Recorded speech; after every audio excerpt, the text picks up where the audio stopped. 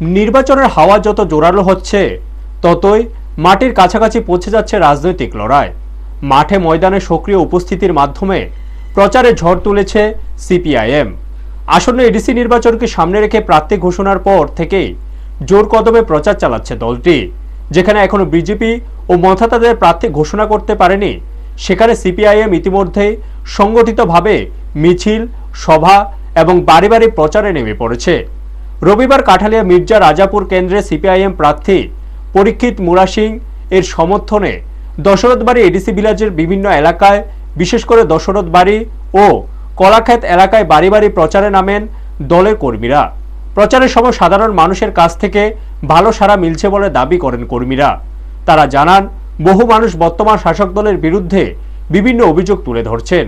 এই প্রচারে উপস্থিত ছিলেন সিপিআইএম উরমাই লোকাল কমিটির সম্পাদক শাহ আলম মিয়া, বিভাগীয় সম্পাদক মণ্ডলীর সদস্য রতন দাস, লোকাল কমিটির সদস্য রমেশ দেববর্মা সহ অন্যান্য কর্মী সমর্থকরা। একান্ত সাক্ষাৎকারে রতন দাস বলেন, বিজেপি ও মথার জোট হোক বা না হোক তাতে তাদের কোনো সমস্যা নেই। মানুষের বাস্তব অভিজ্ঞতার ভিত্তিতে সিপিআইএম প্রার্থীকে বিপুল ভোটে জয়ী করার প্রতিশ্রুতি রয়েছে বলে তিনি দাবি করেন। সুষ্ঠু নির্বাচন হলে তাদের প্রার্থী জয় শতভাগ নিশ্চিত বলেও আত্মবিশ্বাস প্রকাশ করেন তিনি।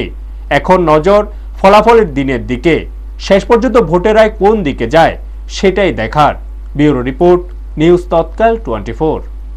জোটের সম্ভাবনা ত্রিপুরা মাথা এবং বিজেপির মধ্যে এখন পর্যন্ত সরকারিভাবে বা তাদের দলীয় থেকে কোনো এখন পর্যন্ত কোনো সূচনা পাওয়া যায়নি। এতে কি জোট হলে কি এখানে সিপিএমের কোনো সুবিধা হবে নাকি সিপিএমের সমস্যা হবে? আমাদের জোট হলেও তারা আপত্তি নেই, না হলেও আমাদের আপত্তি নেই।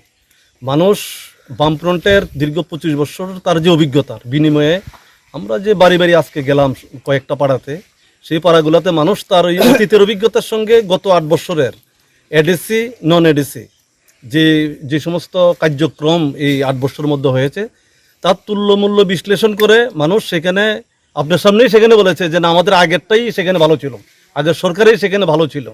অতএব সেই জায়গার মধ্যে মানুষের ত্রিপুরার মানুষ রাজনৈতিকভাবে অনেক সচেতন। এই যে তাদের যে ডাবল ইঞ্জিনের সরকার এডিসিতে হলে পর সেই জায়গার মধ্যে গ্রেটার ত্রিপুরা ল্যান্ড সেখানে হবে, মানুষকে সেখানে নানানভাবে মানে করবে, উপজাতি অংশের নন উপজাতি অংশের ব্যাপক উন্নয়ন সেখানে সাধন তারা করবে। মানে দিল্লি থেকে ডাবল সেখানে বরাদ্দ সেখানে আসবে। আসলে ফলত আমরা কি দেখলাম